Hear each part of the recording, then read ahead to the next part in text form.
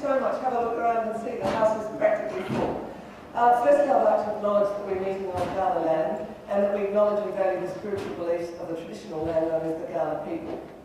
So welcome to our early evening gathering to introduce Fred Hansen from Portland, Oregon, here to share with us his extensive knowledge about transit-oriented developments.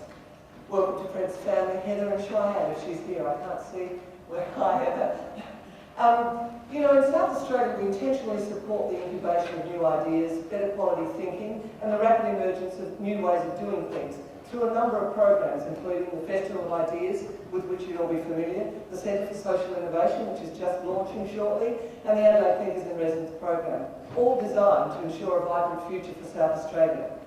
The Adelaide Thinkers in Residence program, which welcomes Fred here tonight, is a world's first social innovation premised upon the following idea: that all living systems, including natural and human systems, evolve and change, and that the deliberate introduction of new ideas and high-quality thinking into our human system of organisation, this society, will positively affect the direction and pace of change of that society into the future.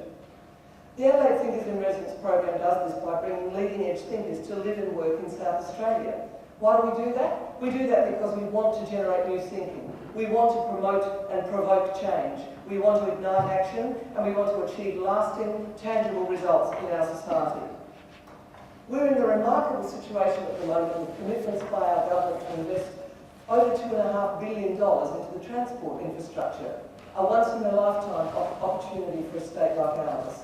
We also have the benefit right now of the work of the Department of Local Government Planning and its exciting 30-year plan for Greater Adelaide, still in draft and still in conversation. We also have the leadership of the Land Management Corporation trialling new methods of placemaking, incorporating sustainability and what was until really recently for most of us a new idea, transit-oriented developments. And we have the Laura Lee residency about to wrap up with its focus on integrated design and the need to place design as a first step before formal planning and development processes.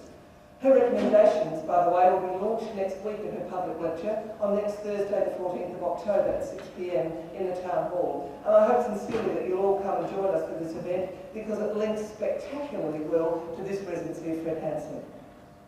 And finally, we know that over 20 or more government leaders and members of the development community have visited Europe and the US, including Portland, Oregon, over the last few years to see the remarkable success of transit-oriented developments. And they've come back to Adelaide full of enthusiasm for these concepts and the impact of this kind of development on the life, the look and the economic possibilities of a city like ours.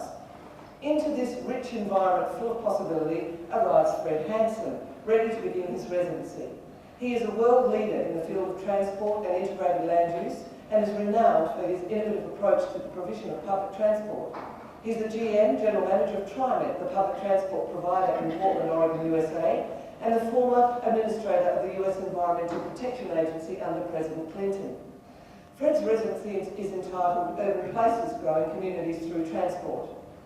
Through informed debate and by fostering critical thinking and innovation on integrated transport, urban form and planning, Fred is going to challenge traditional development patterns for Adelaide. Fred, we welcome you, and I now invite you to come and speak to this crowd who are so pleased to welcome you tonight.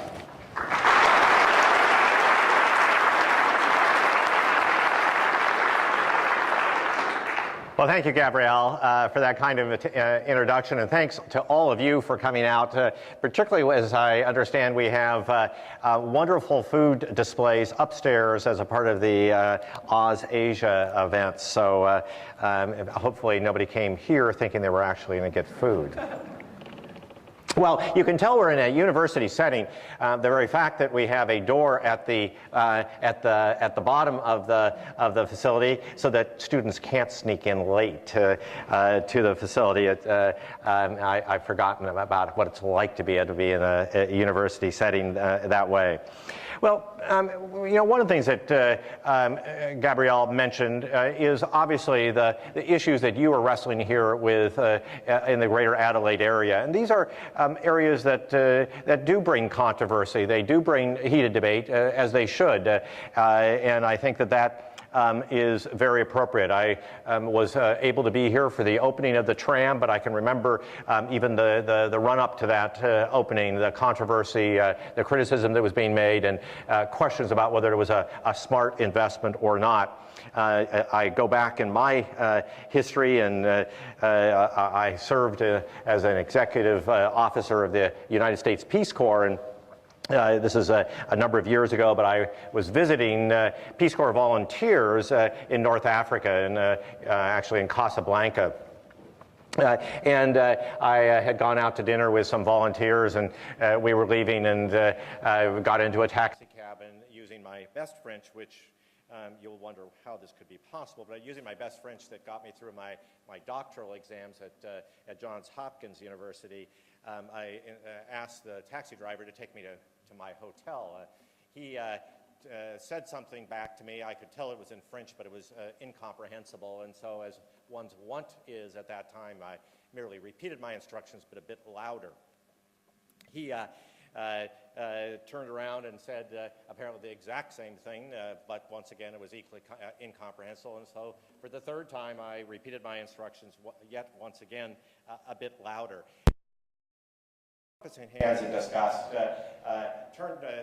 made a U-turn in his taxi, stopped, and in perfect English said, "And there is your hotel, monsieur." I share that story because I think that all too often when we think we're communicating, what we really are doing is merely repeating over and over again the views that we've held for a long time, but we keep on saying it louder and louder. And what the goal is, and hopefully the goal of the residency as well, is to be able to foster debate that really is aimed at finding common ground, not battleground. And that common ground, I think, is around the new vision about how Adelaide is really going to grow. And I will, here at the beginning of my residency, really be focusing some on the lessons that we have learned in the greater Portland region, and really what that Portland story is. Not that it can be picked up and dropped here into Adelaide, but rather that I think it provides and can provide a number of insights and maybe lessons learned about where we didn't do things as well and what we could do differently.